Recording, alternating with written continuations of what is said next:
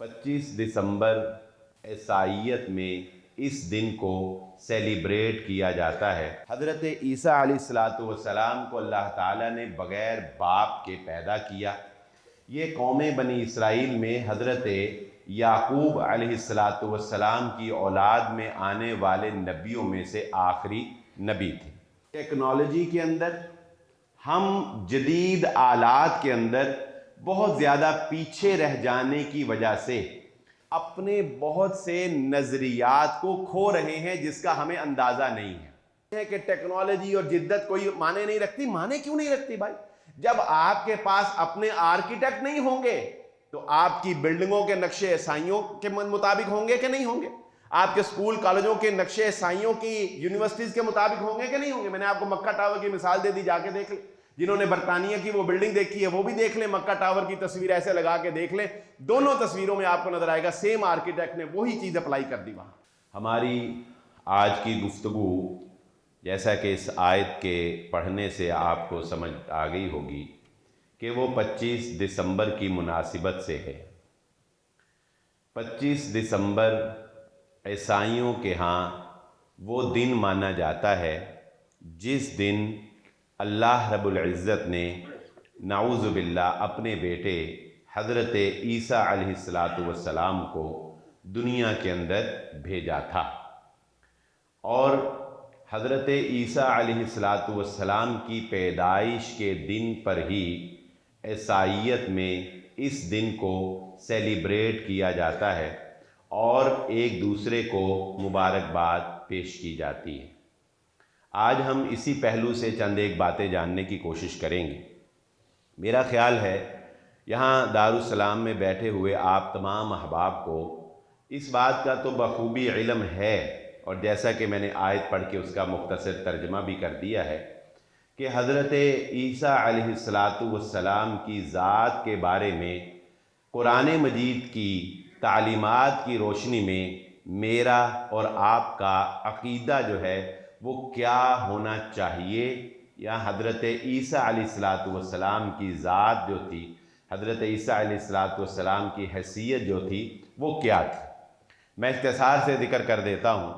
حضرت عیسیٰ علیہ السلام کو اللہ تعالیٰ نے بغیر باپ کے پیدا کیا۔ یہ قوم بنی اسرائیل میں حضرت یعقوب علیہ السلام کی اولاد میں آنے والے نبیوں میں سے آخری نبی تھے۔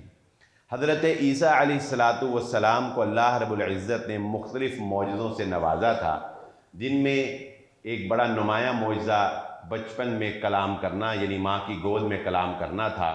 آنے والے شخص کو بتا دیتے تھے کہ تم نے کیا کھایا ہے اور تم گھر میں کیا چھوڑ کے آئے ہو۔ برس کے مریض کو مس کرنے سے وہ ٹھیک ہو جاتا تھا۔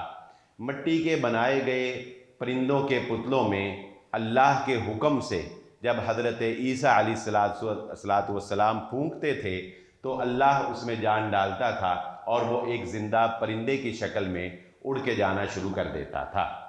حضرت عیسیٰ علیہ السلام کو یہودیوں نے مخالفت کرتے ہوئے سولی پر چڑھا دیا۔ ان کے بقول یا ان کے نظریے کے تحت انہوں نے حضرت عیسیٰ علیہ السلام کو شہید کر دیا، یا یوں کہہ لیں کہ انہوں نے اپنے طور پہ ان کو پھانسی دے دی۔ صلیب کا نشان جو ہم دیکھتے ہیں جو جمع کے پلس کے نشان سے ملتا جلتا ہے، اور اس میں جو ایک ایسے لائن ہے وہ تھوڑی سی پلس کے نشان سے تھوڑی اوپر چلی جاتی ہے، تو وہ ایک صلیب ہے۔ صلیب کا معنی یعنی وہ تختہ دار جس پر باندھ کر حضرت عیسیٰ علیہ السلام کو ان کے نظریے کے مطابق پھانسی دی گئی تھی۔ جبکہ ہم قرآن مجید کی روح سے یہ بات جانتے ہیں کہ اللہ رب العزت نے قرآن مجید میں اس بات کو واضح طور پر ذکر کیا کہ حضرت عیسیٰ علیہ السلام کو سولی نہیں دی گی، بل رفعہ اللہ الیہ، بلکہ اللہ نے زندہ ہی ان کو آسمانوں پر اٹھا لیا۔ اور اب ہم اس عقیدے پر قرآن و سنت کی روشنی میں ایمان رکھتے ہیں کہ اب قیامت سے پہلے دوبارہ ایک مرتبہ حضرت عیسیٰ علیہ السلام کو دنیا میں امت محمدیہ کی حیثیت کے ساتھ دنیا میں دوبارہ بھیجا جائے گا، اور یہ انتقام ہوگا اس کا کہ جو اللہ کا قانون ہے کہ جب کسی قوم نے اپنے نبی کو اس حد تک ستایا کہ فَفَرِيقًا كَذَّبْتُمْ وَفَرِيقًا تَقْتُلُونَ، کہ اس کو قتل کرنے تک پہنچ گئے، تو پھر اسی نبی کے آنکھوں کو ٹھنڈا کرنے کے لیے اللہ تعالیٰ نے اس قوم کو اس نبی کے سامنے ہلاک کیا۔ چنانچہ اسی قانون الہی کو پورا کرنے کے لیے دوبارہ دنیا میں بھیجے جائیں گے حضرت عیسیٰ علیہ السلام، اور وہ قوم یہود کا مکمل طور پر خاتمہ کریں گے۔ اس کا ذکر ہم اپنے سابقہ مختلف خطبات میں کر چکے ہیں۔ یہ ساری ایک بات تھی، لیکن میں یہ چاہتا ہوں کہ ہم آج کی گفتگو میں کچھ ایسے پہلوؤں کو سمجھیں کہ جو میرے اور آپ کے روز مرہ کے معمولات زندگی میں پیش آتے ہیں، وہ معاملات جو اس گلوبل ورلڈ کی وجہ سے اور رابطوں کے قریب ہو جانے کی وجہ سے مجھے اور آپ کو غیر مسلموں سے، اہل کتاب سے کوئی بھی معاملہ کرنے میں جو درپیش ہوتے ہیں، وہ ہمیں ان چیزوں کو سمجھنا ہے۔ سب سے پہلے تو ایک بات سمجھ لیجئے کہ ہم لوگ جو ہیں، ہم ٹیکنالوجی کے اندر، ہم جدید آلات کے اندر بہت زیادہ پیچھے رہ جانے کی وجہ سے، یا یوں سمجھ لیں کہ ان کی مغرب کی پیروی کرنے کی وجہ سے اپنے بہت سے نظریات کو کھو رہے ہیں جس کا ہمیں اندازہ نہیں ہے۔ یعنی میں چند ایک مثالوں سے آپ کو بات سمجھا دیتا ہوں۔ یہ سمجھنے کی ضرورت ہے کہ ہماری مسلمان نسل کا مستقبل کیا ہے، اور عیسائیت جو ہے کیا اس کے پاس ایسے کچھ عوامل، کچھ محرکات ہیں کہ جن کے ذریعے سے وہ ہماری آنے والی نسلوں کو بے دین بنا سکتی ہے۔ ہمیں ان کا دفاع کس طرح سے کرنا ہے؟ ویسے تو کہنے کو ایک مسلمان اور ایک سادہ سا ذہن ہونے کی حیثیت سے آپ یہ سوال اٹھا سکتے ہیں کہ بھئی مسلمان کا تو کام ہے وَمَا خَلَقْتُ الْجِنَّ وَالْإِنسَ إِلَّا لِيَعْبُدُونَ، وہ نمازیں پڑھے، روزے رکھے، ذکر و اذکار کرے، اللہ اللہ کرے، حلال کمائے۔ مسلمان کو کیا ضرورت ہے کہ وہ چاند پر جانے کی سوچے؟ مسلمان کو کیا ضرورت ہے کہ وہ کمپیوٹر جیسی ایک فضول سی چیز کو ایجاد کرنے کی کوشش کرے؟ مسلمان کو کیا ضرورت ہے کہ وہ میڈیکل سائنس کے اندر ترقی کرے؟ ٹھیک ہے، جب مسلمان فطرت کے مطابق زندگی گزارے تو بڑی آسان سی، اس کا تو اصل مقصد جنت۔ تو کیا ضرورت ہے کہ مسلمان اتنا سر کھپائے اتنی ٹیکنالوجی میں؟ تو اس کا مختصر سا جواب یہ سن لیجئے کہ اعدوا لهم ما استطعتم من قوة۔ اسلام کو بچانے کے لیے، اپنی آنے والی نسلوں کو مسلمان رکھنے کے لیے یہ ضروری ہے کہ مسلمان ہر جدید شعبے کے اندر اپنی مہارت کو دکھائیں اور اپنے تسلط کو قائم کرنے کی کوشش کریں۔ میں ایک مثال سے آپ کو بات سمجھا دیتا ہوں۔ مثال کے طور پہ ایک ویڈیو گیم ہے نا، ایک ویڈیو گیم ہے۔ آپ مجھے بتائیے، کیا آپ کے گھر میں کوئی بچہ ایسا ہے آپ گارنٹی سے کہہ سکتے ہوں کہ اس نے کبھی ویڈیو گیم نہیں کھیلی؟ میں نہیں مانتا کہ کوئی یہ کہے کہ ہمارے گھر میں کوئی بندہ بھی ایسا نہیں ہے کہ جس کے پاس اینڈرائڈ سیٹ ہو اور اس نے کبھی ویڈیو گیم نہ کھیلی ہو۔ گیمز ہم سارے کسی نہ کسی طرح اس کے ساتھ وابستہ ہیں۔ چنانچہ ایک بات تو طے ہو گئی کہ اب آنے والی نسل کو ہم یہ نہیں کہہ سکتے کہ گیم نہ کھیلو۔ وہ کہیں نہ کہیں اسکول میں، کالج میں، یونیورسٹی میں، گھر میں کہیں نہ کہیں اس نے گیم کے ساتھ، عمر ایسی ہے نا، اور چیز اویلیبل ہے۔ جب اویلیبل نہیں تھی تب کسی اور طرح کی گیمز تھی، تو اس نے کمپیوٹر گیم کے ساتھ خود کو اٹیچ کرنا ہی کرنا ہے۔ اب وہ گیم بنانے والا کون ہے؟ وہ گیم بنانے والے عیسائی ہیں، وہ گیم بنانے والے جوز یہودی ہیں۔ اب چونکہ مسلمان جو ہیں وہ ان کو گیمز کے اوپر وہ مہارت حاصل نہیں ہے، اور زیادہ گیم جو ہیں وہ ان کی جانب سے بنائی جائیں گی۔ چنانچہ کہنے کو تو یہ ایک ٹیکنالوجی اور ایک گیم ہے، لیکن اسی گیم کے اندر وہ ایسے طریقے سے ٹاسک رکھیں گے کہ کھیلنے والا آہستہ آہستہ حضرت عیسیٰ علیہ السلام کے بارے میں وہی نظریہ بنا لے گا جو عیسائیت کا نظریہ ہے۔ مثلا کسی عمارت کو گرانے کا ٹاسک دیا جائے گا تو وہ عمارت مسلم عمارت شو کی جائے گی. جب مسلمان اس کو گرائے گا تو اس کے دل میں اسلام کی محبت کم ہوگی. اسی طرح صلیب کا نشان دکھا کے کہا جائے گا کہ اس کی پرستش کرو، تو جب وہ خود تو نہیں کر رہا ہوگا لیکن اس کا وہ ہیرو، اس کا وہ کریکٹر جس کو وہ آپریٹ کر رہا ہے، جب اگلے ٹاسک پہ جانے کے لیے وہ صلیب کے آگے جھکے گا. تو یہ صرف آپ کو اگزامپل دی ہے کہ اس طرح کی ٹیکنالوجی کے ذریعے سے مستقبل میں ہمارے بچے عیسائیت کے قریب ہوں گے اور اسلام سے دور ہوں گے اگر ہم نے ٹیکنالوجی کے اوپر اس طرح سے فوکس نہ کیا جس طرح سے کرنے کی ضرورت ہے. یہی گیم اگر کسی مسلمان نے بنائی ہو تو بتائیے اس کے بنانے میں جو ذہن لگے گا وہ کسی اور نوعیت کا ہوگا کہ نہیں ہوگا، اور عیسائی کے بنانے میں نوعیت فرق ہو جائے گی. تو یہ چھوٹی چھوٹی چیزیں جو ہیں یہ مائنڈ سیٹ کو چینج کر رہی ہیں. مائنڈ سیٹ کو چینج کرنے کی تو میں آپ کو یہاں تک مثال دے دیتا ہوں کہ یورپین یا مغربی غلبے کی وجہ سے آپ دیکھیے ہم ایک گھر بناتے ہیں نا، ہم ایک گھر بناتے ہیں، ایک بلڈنگ بناتے ہیں، کہنے کو کیا ہے، ایک گھر بنایا، ایک کالونی بنائی، معمولی سی بات ہے نا. لیکن آپ کا گھر، آپ کی کالونی بھی عکاسی کرتی ہے اس بات کی کہ آپ مسلمان ہیں یا غیر مسلم. آپ کہیں گے بھئی یہ کیا بات ہوئی؟ میں آپ کو بتاتا ہوں. جب آپ مغرب سے مرعوب ہوں گے تو آپ اپنی کالونی بنائیں گے. میں نام نہیں لیتا کالونی کا، سرگودا روڈ پہ جا کے آپ دیکھ سکتے ہیں کہ جب ہم کالونی بنائیں گے تو اس کی انٹرنس پہ ہم غیر مسلموں کے طرز تعمیر کی طرح پلرز کھڑے کریں گے کہ نہیں کریں گے. آپ کا مکہ ٹاور میں معذرت سے کہنا چاہوں گا، مکہ ٹاور کی بلڈنگ، اس کا آرکیٹیکٹ، اس کا ڈیزائن وہ بول کر کہہ رہا ہے کہ میں تمہارے بیت اللہ کے سامنے کھڑا ہوں، لیکن مجھے ڈیزائن کرنے والا چونکہ عیسائی تھا لہذا اس نے مجھے ٹوٹل جو ڈیزائن کیا ہے وہ برطانیہ کی مذہبی عمارت کے مطابق میرا ڈیزائن کیا ہے.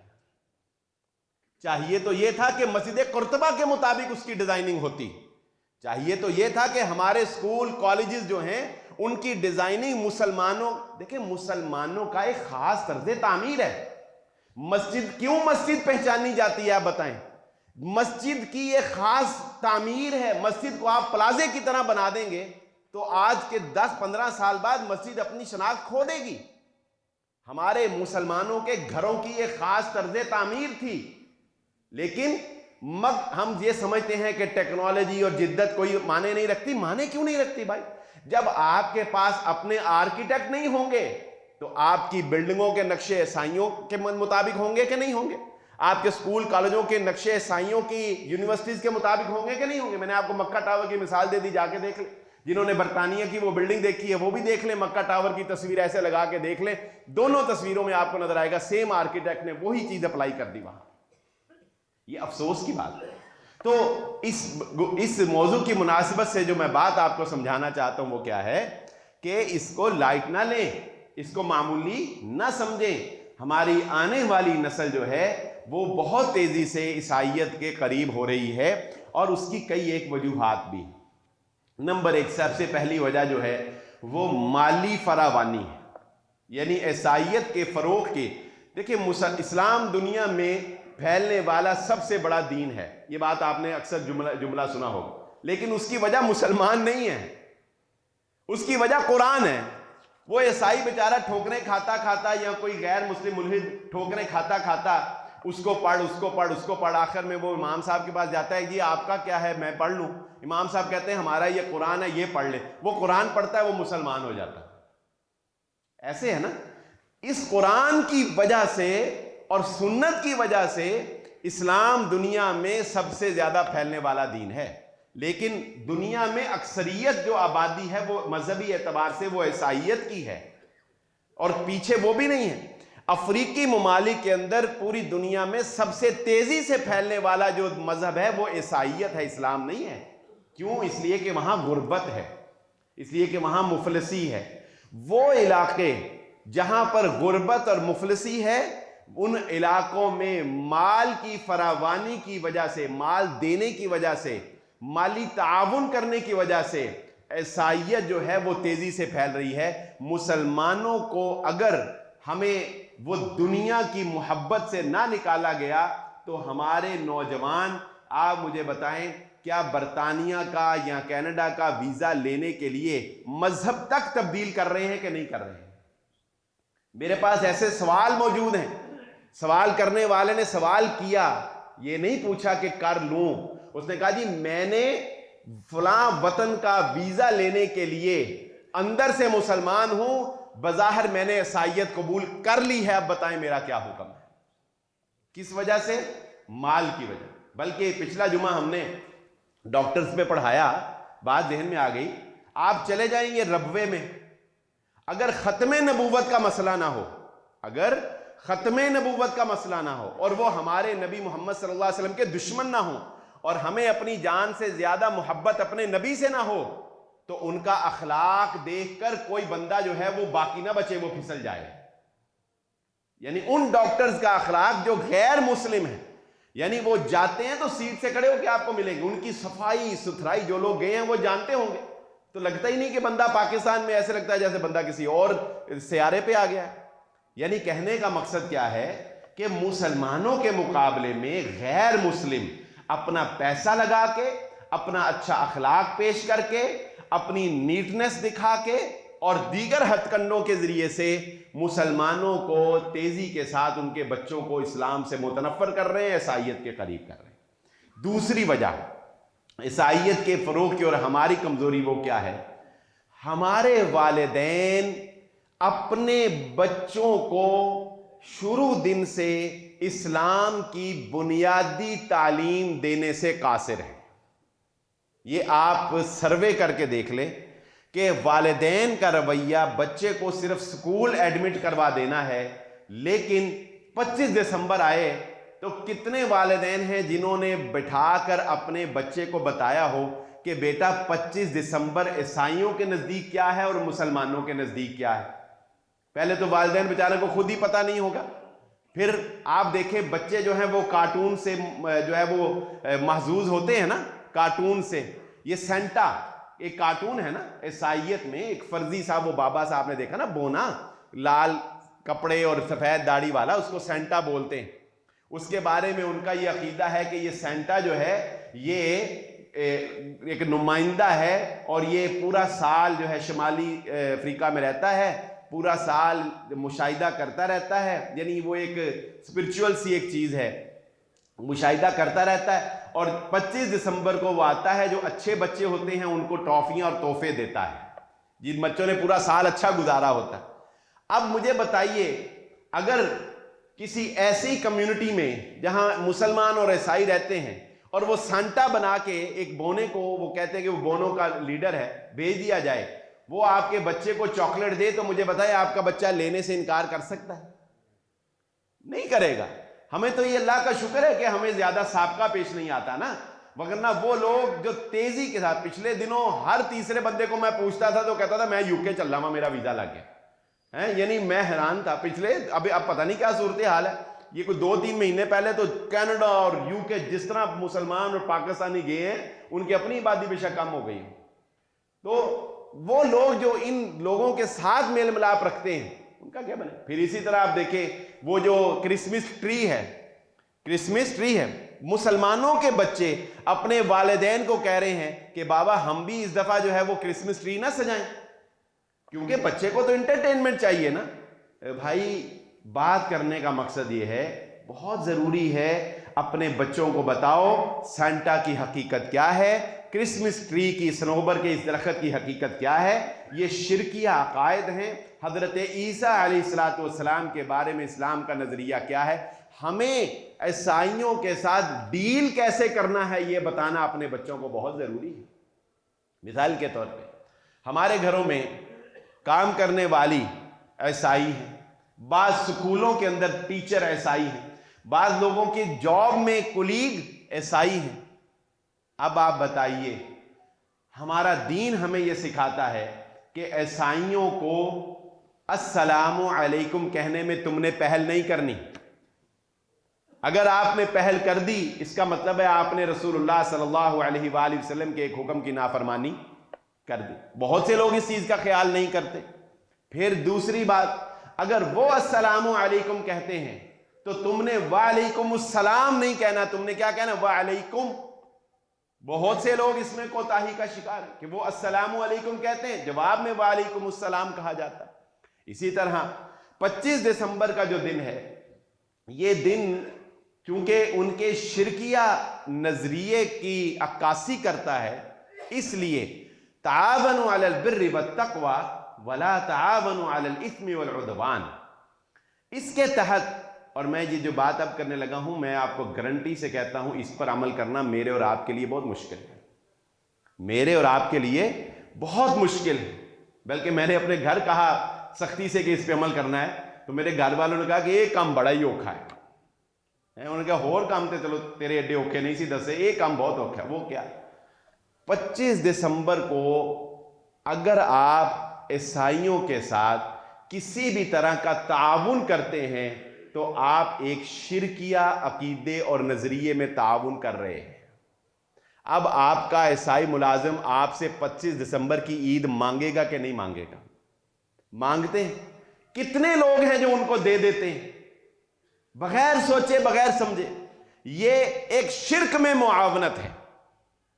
میں یہ نہیں کہہ رہا کہ ان کی مدد نہیں کرنی، ان کی ہیلپ نہیں کرنی، یہ بھی ہم بات کریں گے کہ ان کے ساتھ حسن سلوک کیسے، لیکن نہیں ہے کہ آپ کسی بھی غیر مسلم تو غیر مسلم، کوئی مسلمان بھی اگر کسی بدعت کے کام کے اندر مبتلا ہے یا کسی شرکیہ کام کے اندر مبتلا ہے تو آپ کے لیے یہ جائز نہیں ہے کہ اس کام کے مناسبت سے آپ اس کو پیسے دیں، اس کے ساتھ تعاون کریں کہ بھائی یہ تو اپنا کرسمس سیلیبریٹ کر لینا، یہ ہم تجھے عیدی دیتے نہیں. ویسے بھلے آپ اس کو جتنا مرضی دیں، کوئی مسئلہ نہیں. اسلام اس بات کی تلقین کرتا ہے کہ غیر مسلموں کے ساتھ بھی حسن سلوک کرو، حسن معاشرت کرو. بلکہ شیخ ابن عثیمین رحمہ اللہ تعالیٰ کے فتاوی میں اس بارے میں پڑھ رہا تھا، وہ کہتے ہیں کہ تم غیر مسلموں کو یہ دعا بھی دے سکتے ہو کہ اللہ تمہیں عزت دے. یہ دعا بھی دے سکتے ہو. کیوں؟ اس لیے کہ وہ کہتے ہیں کہ عزت اسلام سے ملتی ہے. جب تم انہیں کہو کہ اللہ تمہیں عزت دے تو تم یہ دعا دے رہے ہو کہ اللہ تمہیں ہدایت دے دے. غیر مسلموں کے لیے آپ دعا کر سکتے ہیں خیر کی، ہدایت کی، لیکن مذہبی تہوار کے اندر شمولیت اختیار کرنا آپ کے لیے جائز نہیں ہو سکتا. اس لیے کہ غیر مسلم جب اللہ کا بیٹا کہتے ہیں تو آپ اگر ان کے ساتھ شریک ہیں اور شریک ہو کے کیک کاٹ رہے ہیں تو اس کا مطلب ہے کہ تو اللہ تو کہتا ہے کہ اس بات پر زمین و آسمان پھٹ جائیں کہ انہوں نے رحمان کا بیٹا بنایا ہے. سورہ مریم اللہ نے فرمایا نا آیت نمبر 82 سے 92 کہ اللہ رب العزت کی جو توحید کی غیرت ہے یہ اللہ کی مخلوقات میں اتنی گہری ہے کہ اگر اللہ کا حکم نہ ہو ان کو روکے رہنے کا تو یہ پھٹ جائیں کہ یہ انسان اتنا ظالم ہے کہ اللہ کے لیے اولاد ثابت کرتا پھر رہا ہے. دوسری بات، اس موقع کے اوپر 25 دسمبر کے اوپر نہ تو کسی بھی عیسائی کو تحفہ دیا جا سکتا ہے نہ اس کا تحفہ لیا جا سکتا ہے. ویسے عیسائیوں کے ساتھ بیٹھ کر کھانے کی اسلام نے اجازت دی ہے. آپ ان کے برتنوں میں بھی کھا سکتے ہیں، وہ آپ کے برتنوں میں کھا سکتے ہیں، لیکن صرف ضروری ہے کہ ان کو اچھی طرح سے دھو کر استعمال کیا جائے، کیونکہ وہ اپنے برتنوں میں حرام چیزیں جو ہیں ان کا بھی استعمال کرتے ہیں.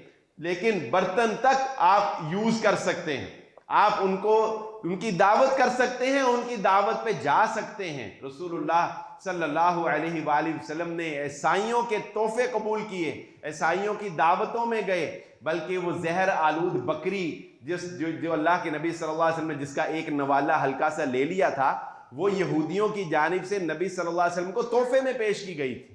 تو آپ صلی اللہ علیہ وسلم نے اندازہ لگائیے مربتاً ایک تحفہ آیا ہوا جو ہے اس کا ایک لقمہ لے لیا تو پھر اللہ رب العزت کی جانب سے آپ کو بتایا گیا تو پھر آپ نے اس کو فوراً جو ہے وہ پھینک دیا.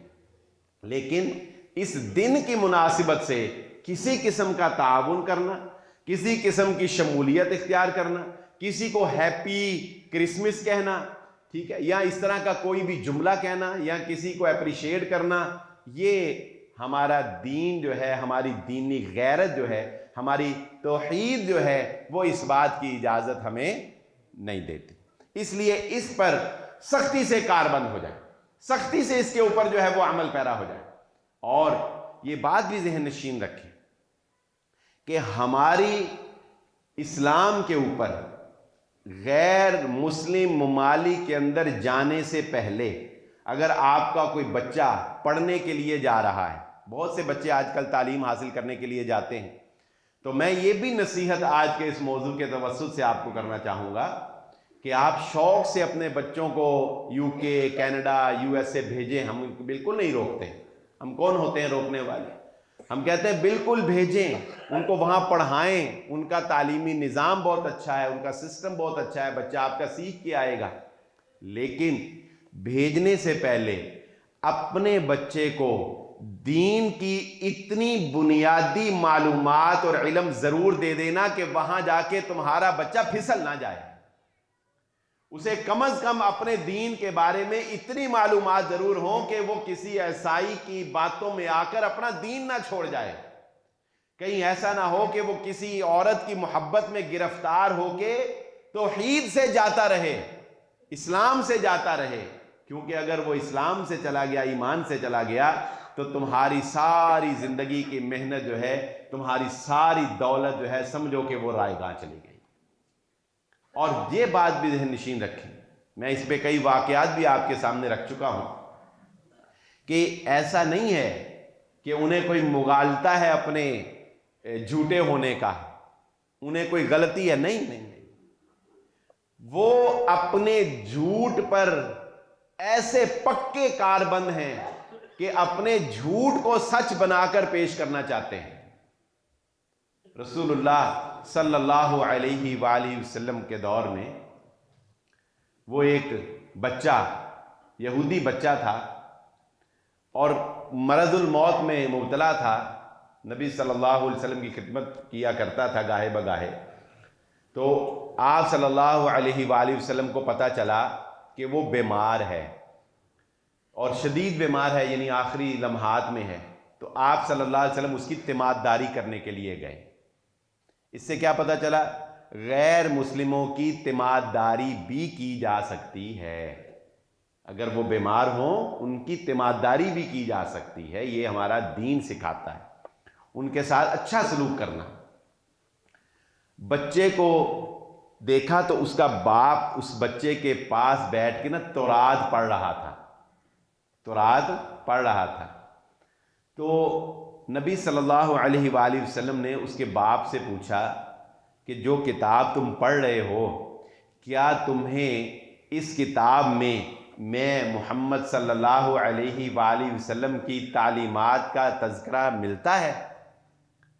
تو اس کے باپ نے ایسے نبی صلی اللہ علیہ وسلم کی طرف دیکھا، بیٹھ کے پڑھ رہا تھا، اور اس نے سر ہلا کر کہا کہ نہیں ملتا۔ جب اس نے نہیں کہا تو وہ بچہ پھر بولا، اس بچے نے کہا کہ یہ میرا باپ جھوٹ بول رہا ہے، ہمیں ہماری کتاب تورات میں آپ محمد صلی اللہ علیہ وآلہ وسلم کا مکمل تذکرہ ملتا ہے، کس طرح سے آپ آئیں گے اور آپ کی علامات کیا ہیں وہ ملتا ہے۔ اور وہ بچہ کہنے لگا میں گواہی دیتا ہوں کہ اللہ ایک ہے اور آپ محمد صلی اللہ علیہ وآلہ وسلم اللہ کے نبی ہیں۔ یہ کہا اور اس کی روح پرواز کر گئی۔ اللہ کے نبی صلی اللہ علیہ وسلم نے صحابہ کو کہا یہ بچہ ہمارا ہے، اس کو لے لو اور اس کو غسل بھی دو، اس کو کفن بھی دو، اس کا جنازہ بھی پڑھو اور اس کو دفن کر کے آؤ۔ وہ بچہ جو ہے وہ مسلمان ہو گیا۔ یعنی کہنے کا مقصد کیا ہے کہ عیسائی ہوں، یہودی ہوں، اہل کتاب، یہ جانتے ہیں کہ یہ جھوٹے ہیں، اور یہ جانتے ہیں کہ ہو نہ جائے آشکار شرائع پیغمبر کہیں، یہ جانتے ہیں کہ ایک ہی مسلمانوں کے پاس بات ہے کہ اگر انہیں محمد الرسول اللہ صلی اللہ علیہ وآلہ وسلم کی تعلیمات جو ہیں وہ اجاگر ہو گئیں، اگر انہیں اپنے دین کے اوپر عمل کا اندازہ ہو گیا کہ یہ کس قدر پختہ دین ہے، تو پھر سمجھ لو کہ ہمارا جو ہے وہ باقی رہنا ممکن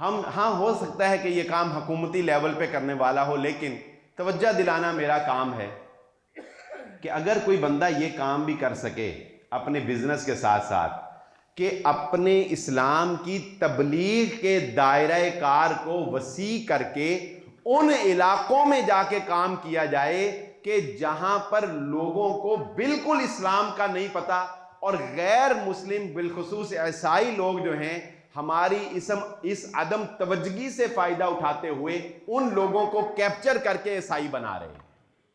یہ عالمی لیول کا کام ہے، یہ گلستان کلونی کا لیول نہیں ہے، یہ عالمی سطح پر، یعنی ایسے ممالک، پاکستان میں ایسے پسماندہ علاقے، پاکستان کے ایسی جگہیں جہاں پر کہ لوگ غربت کے مارے ہیں، لوگوں کو پرسان حال کوئی نہیں ہے، ہم وہاں پہنچتے نہیں، ہم وہاں پہ تبلیغ کے لیے جا نہیں سکتے، تو دوسرے غیر مسلم جو ہے وہ وہاں پہ آ کے اپنا کام کر کے لوگوں کو بے دین بنا رہے ہیں۔ یہ بھی ایک کرنے میں سے ایک کرنے کا کام ہے کہ اپنے ایسے تبلیغی سلسلے کو وسیع کیا جائے کہ جس کے ذریعے سے ہمارا اسلام ان لوگوں تک پہنچے، ہمارا دین کا پیغام ان لوگوں تک پہنچے کہ جو اس وقت برے حال میں ہیں اور وہ یہ چاہتے ہیں کہ ہمیں کوئی اپنا گلے سے لگائے اور ہم اس کے گلے سے لگ جائیں۔